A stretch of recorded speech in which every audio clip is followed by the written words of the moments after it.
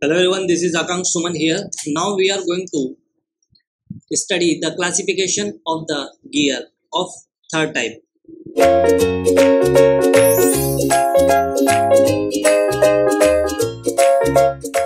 We have classified the gears into three categories. When the first case we have studied that both the shaft axes are parallel, and in the second case we study that when in the second case we generally study that when the shaft axes are intersecting to each other, that means they are not parallel. In the third case we study that the axes of the shafts are neither parallel nor intersecting. Okay, so in the fourth type of classification there are two types of gears, that is external gear and that is internal gear. We have classified gear into the according to the type of gearing. Okay, how can we arrange the gear as an internal or external? Okay, see here you can see this is the external type gears. External gearing is there. I'm not talking about helical spiral like that. They are all are having the external gearing because the structures are like that. And the another type of gearing is that internal gearing. You can see here there is an internal gearing. Okay, now here you can see there is a small gears and there is a bigger gear, and so we can say we named bigger gear as gear, and we named smaller gear as pinion. This is considered as pinion. Always smaller gear will be considered as the pinion. Okay, in case of external gear. Okay, so now if you want to see that the internal gearing, what is difference between the external and the internal gearing? So you can see there is a bigger gear as well as a smaller gear. So here you can say the bigger gear as annulus. Okay, bigger gear as annular gear, or you can say this is a ring gear, also known as ring gear. If in the question it is saying that the ring gear having certain number of teeth, that means you must understand that he is talking about the bigger gear. Okay, and smaller gear as previous it is named as pinion. Okay, this is the pinion.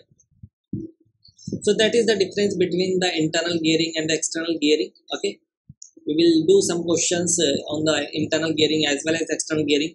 Generally we do some questions on the internal gearing in the gear trains. Okay, when we study the gear trains in the next chapter we will do questions there. All the types of gears are based on the internal gearing. Okay, but in the gear chapter we generally talk about the external gearing. Okay, now some important points you must understand, that is important from exam point of view, so you can write it as note. See here, when there are a number of gears are mounted on the same shaft. For example, this is a shaft, and this is a shaft you can consider. Okay, and there are a number of gears mounted on this shaft.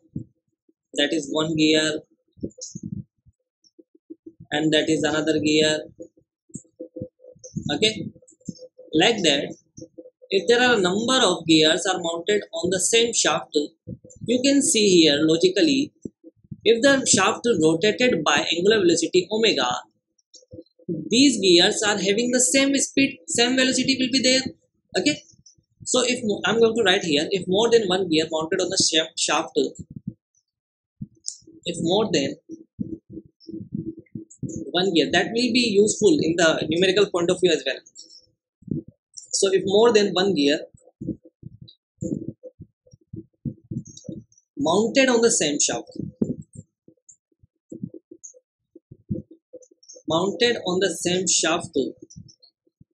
we can call it as compound gear. We can call it as compound gear. So I hope you will understanding the meaning of the compound gear. Compound gear means when there are more than one gears mounted on the same shaft will be considered as the compound gear. Okay, and speed for all the gears would be same because they are mounted on the same shaft. Speed cannot be different for each gear. So next point here you can write that is first point, that is second point. Speed for all the gears same. Speed same for all gears. For all gears. Okay, in generally in the power transmission, in the power transmission drive, we generally use small gears. We generally use small gear as driver. We generally consider small gear as the driver because we know that power is equal to torque into omega. So for the small gears, omega will be more. Omega will be more. So for the same power transmission, we required less torque. We required less torque. So that is why we generally consider small gear as driver, because here we required less torque.